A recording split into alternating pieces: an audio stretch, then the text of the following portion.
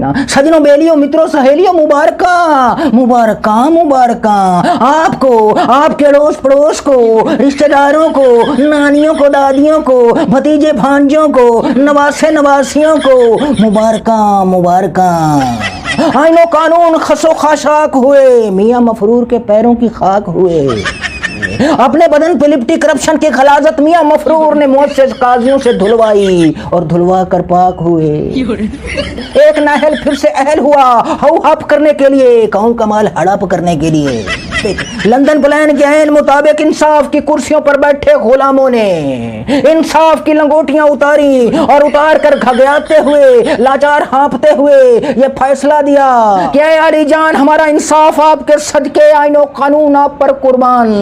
आपको अहल किया जाता है, जाओ, कौम अफीम चाट के सो रही है, यही वक्त है, लूट लो, घसूट लो और फिर चाहो तो अपने घर लंदन फूट लो।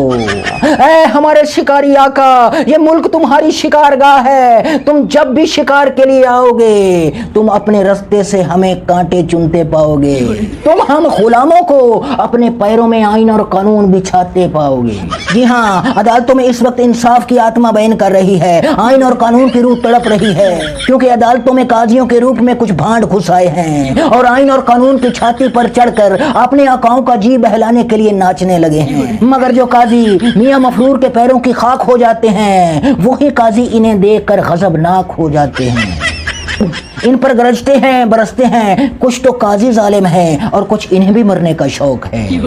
ये भाई साहब बगैर तैयारी किए अदालत में पहुंच जाते हैं और काजी साहब को पूरा मौका देते हैं इनकी क्लास लेने का। और उधर नगरान हुक्मरान, जो असल में सिस्टम के चमचे हैं, कड़छे हैं, चेले हैं, चपाटे हैं, मालशी हैं, पालशी हैं, उन मालशियों और पालशियों को खान साहब के आर्टिकल ने अभी तक बदहवास कर रखा है कि ज़ात की कोट किरली शैतीरों को जब फेर डालने लगी। इकोनॉमिस्ट जरीदे के खिलाफ जिस खिलाड़ी को मैदान में उतारा गया, उसकी अपनी लंगोटी उतर गई